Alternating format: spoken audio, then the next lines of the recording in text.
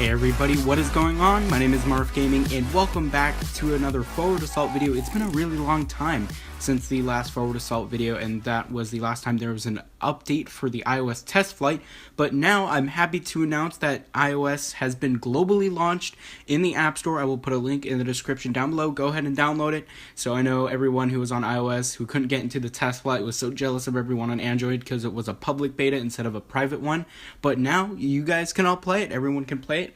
And the servers should all be in sync with Android, so friends who have iOS and Android devices, you guys can play together, which is awesome. So as you can see, the main menu has changed a ton since the last time I made a video. There have actually been some new changes in terms of how crates work, not cases, crates.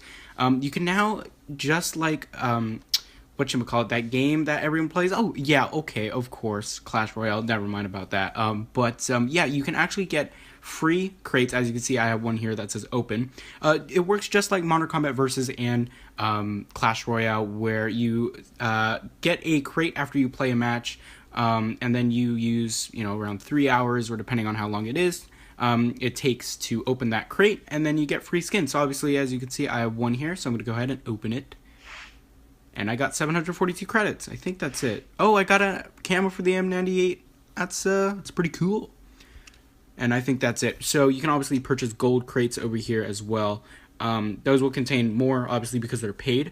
And yeah, so I think you just get 2 crates, which is the one that I just opened, and then the gold crate. I think those are the only 2 crates in the game. But I will also show you guys some new stuff that has been added as well. So I showed you guys the A91 and the CX70. Both of those were in my last video.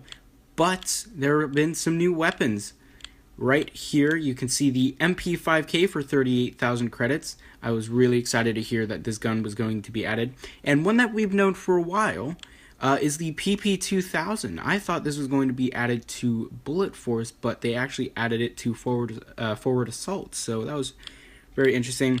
As you can see, the MP5K obviously has better statistics. The only thing, that has going for the PP2K, I guess I'm just going to call it, is the higher damage. But the MP5K outranks it in absolutely everything. That's why it's more expensive. So yeah, I'm going to go ahead and purchase the PP2000 here, and I will hop into a game and sort of just talk about my thoughts.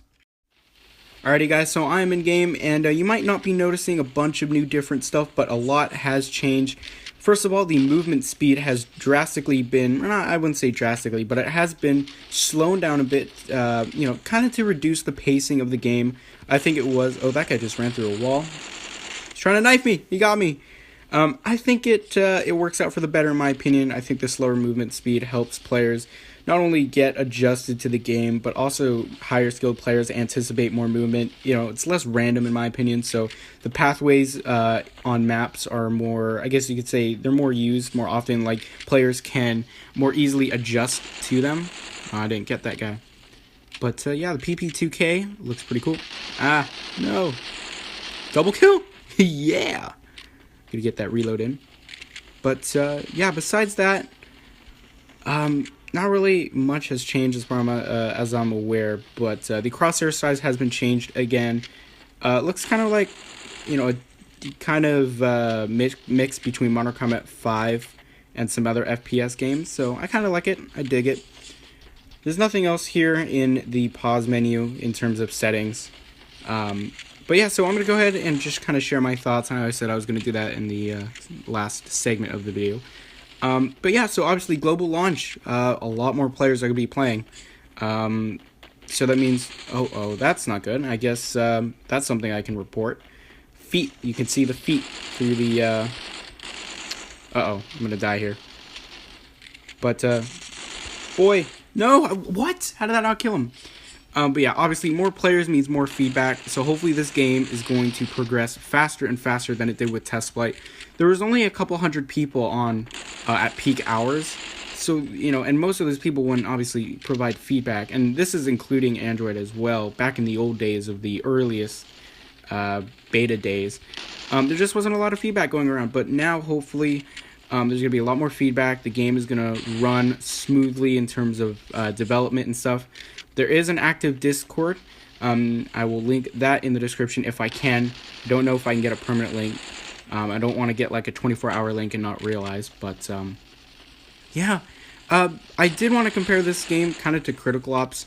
I might do that in a whole separate... Whoop, he's behind me. I might do that in a whole separate video, but I just kind of wanted to summarize it a bit.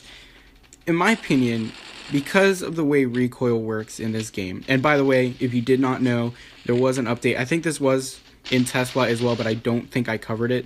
The recoil patterns have been reduced, and by that I mean, if I go ahead and spray here, as you can see, it's going to take a lot less skill to master each guns now that the recoil patterns have been...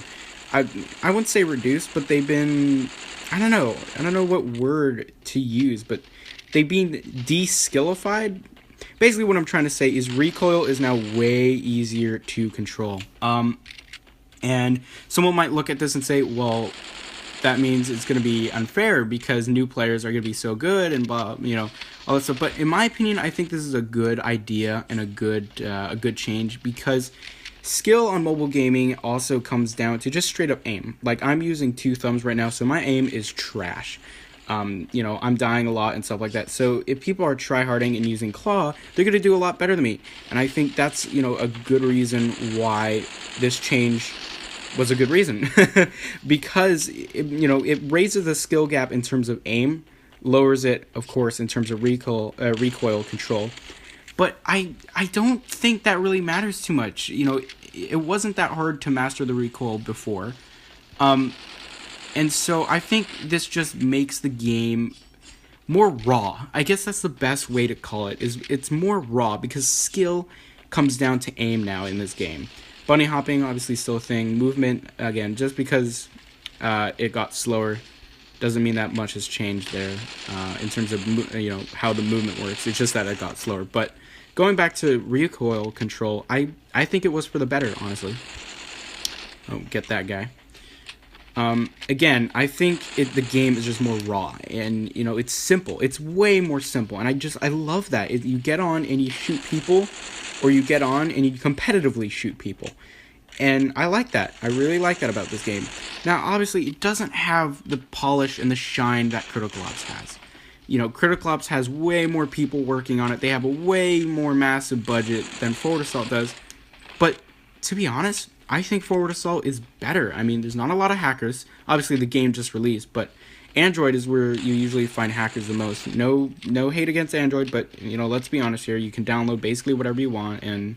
you do find more hackers on Android. It's how the cookie crumbles. I haven't noticed that many hackers. In fact, during this iOS release date, or the release so far, I haven't noticed any suspicious activity at all. And just to answer you guys' question, no, I'm not a mod in this game. I doubt Lucas will make me a mod or one of the developers. I don't know, I feel like I like Bullet Force a bit more just because of the fast-paced action. This is, slower pace, but... getting back to Forward Assault here, I really do think it's better than Critical Ops, in terms of just gameplay. Alright, gameplay-wise, I think this game is better. Not massively better, like, if I had to choose, play Forward Assault or Critical Ops for the rest of your life, I don't know. I mean, it'd be a hard decision. I think the ranked mode, like, in terms of just the concept in Critical Ops, is better. It feels more satisfying to rank up in Critical Ops. Whereas in Forward Assault, it just looks like a rank. It doesn't really have that much value. I don't know how to describe it, but, yeah, I mean, that's really all I have to say. I'm really excited for the future of this game, and a big congratulations to Lucas for pushing this game out, and it was super exciting, just like Bullet Force, to see this game develop and mature over this. I don't even know if it's been a full year. I'm assuming it has been, but dang, this game has been developed, super fast. Like, I can't even believe it's globally launched, honestly. When I woke up and saw the tweet, I was like, what? It's been released? I was super surprised. But, yeah, go ahead and download it. Let me know what you guys think. A lot of people are going to be playing it now, so, yeah. Let's see if we can get this guy. Nope, my aim sucks. But, yeah, thank you guys so much for watching this video. I'm super excited for the future of this game, and I will catch you all in the next video. See ya.